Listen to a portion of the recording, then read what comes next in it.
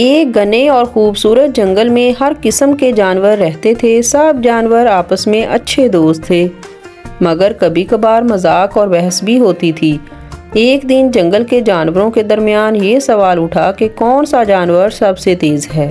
خرگوش نے فوراً کہا، یقیناً سب سے تیز میں ہوں۔ بندر نے کہا، دوڑنے کی بات نہ کرو، اگر بات چھلانگ لگانے کی ہو تو میں سب سے آگے ہوں۔ ہاتھی ہنستے ہوئے بولا، چلو سب اپنی اپنی باتیں کرتے رہو، میں سب سے مضبوط ہوں۔ شیر جو جنگل کا بادشاہ تھا ان کی باتیں سن رہا تھا۔ اس نے ایک بڑا فیصلہ کیا اور سب جانوروں کو ایک بڑے درخت کے نیچے جمع ہونے کا حکم دیا۔ سب جانور شیر کے حکم پر درخت کے نیچے جمع ہوئے۔ وہاں ہاتھی، خرگوش، بندر، لومڑی، زیبرا، کچھوا اور دیگر جانور موجود تھے۔ شیر نے کہا، میرے دوستو، آج ہم ایک دوڑ منعقد کریں گے تاکہ یہ پتہ چلے کہ جنگل کا سب سے تیز جانور کون ہے۔ لیکن یاد رکھو، یہ مقابلہ صرف دوڑ کا نہیں بلکہ یہ سیکھنے کا موقع ہے کہ ہم سب کی منفرد طاقتیں ہیں اور ہمیں ان پر فخر کرنا چاہیے۔ اگلے دن صبح سویرے سب جانور دوڑنے کے لیے تیار ہو گئے۔ میدان میں دوڑنے کے لیے ایک راستہ بنایا گیا تھا جو جنگل کے اندر گزر کر ایک بڑی جھیل کے پاس جا کر ختم ہوتا تھا۔ خرگوش نے کہا، یہ دوڑ تو میں آرام سے جیت لوں گا۔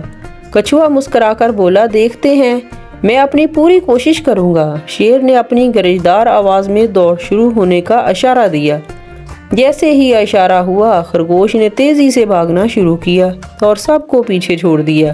بندر شاخوں پر جھولتے ہوئے آگے بڑھ رہا تھا۔ زیبرا اپنی دھاری دار جلد کے ساتھ مضبوطی سے زمین پر دوڑ رہا تھا اور کچھوا آہستہ مگر مسلسل قدم بڑھا رہا تھا۔ خرگوش نے پیچھے مڑ کر دیکھا اور ہنستے ہوئے کہا، سب بہت پیچھے رہ گئے ہیں۔ دوڑتے دوڑتے جانور ایک بڑی جھیل کے پاس پہنچے۔ خرگوش رک گیا اور کہا، اب کیا کروں، مجھے تیرنا نہیں آتا۔ زیبرے نے جھیل کے ارد گرد راستہ تلاش کرنا شروع کیا۔ بندر نے اپنی تیز عقل کا استعمال کیا اور جھول کر راستہ تلاش کرنا شروع کر دیا۔ کچھوا آرام سے جھیل کے پانی میں تیرتا ہوا دوسرے کنارے پر پہنچ گیا۔ ہاتھی نے جھیل کو عبور کرنے کے لیے اپنی سونڈ کا سہارا لیا۔ سب جانور تھک گئے تھے مگر کچھوا مسلسل چلتا رہا۔ آخر کار کچھوا سب سے پہلے اختتامی لکیر عبور کر گیا۔ شیر نے اعلان کیا، کچھوا جیت گیا ہے۔ خرگوش نے شرمندگی سے کہا، میں نے اپنی طاقت پر غرور کیا اور آرام کرنے لگا، مگر کچھوا مستقل مزاجی سے چلتا رہا اور جیت گیا۔ شیر نے سب جانوروں کو جمع کیا اور کہا، یہ دوڑ ہمیں یہ سکھاتی ہے کہ ہر کسی کی اپنی منفرد خوبیاں ہوتی ہیں۔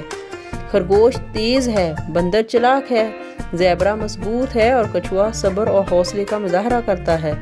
ہمیں اپنی خوبیوں پر فخر کرنا چاہیے اور دوسروں کی صلاحیتوں کی عزت کرنی چاہیے۔